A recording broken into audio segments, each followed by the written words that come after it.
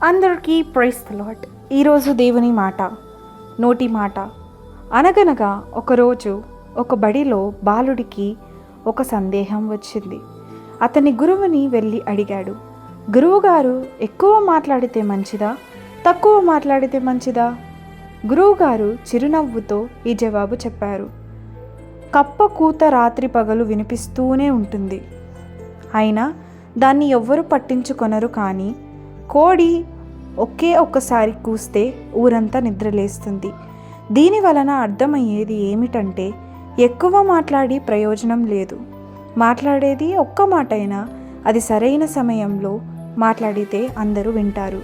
సందేహం తీరిందా? కుర్రవాడు సంతోషంగా వెళ్ళాడు. మితముగా మాట్లాడువాడు తెలివి గలవాడు, శాంత గుణములు గలవాడు, వివేకము గలవాడు. సామెతలు 17వ అధ్యాయము 27వ వచనము. God bless you all.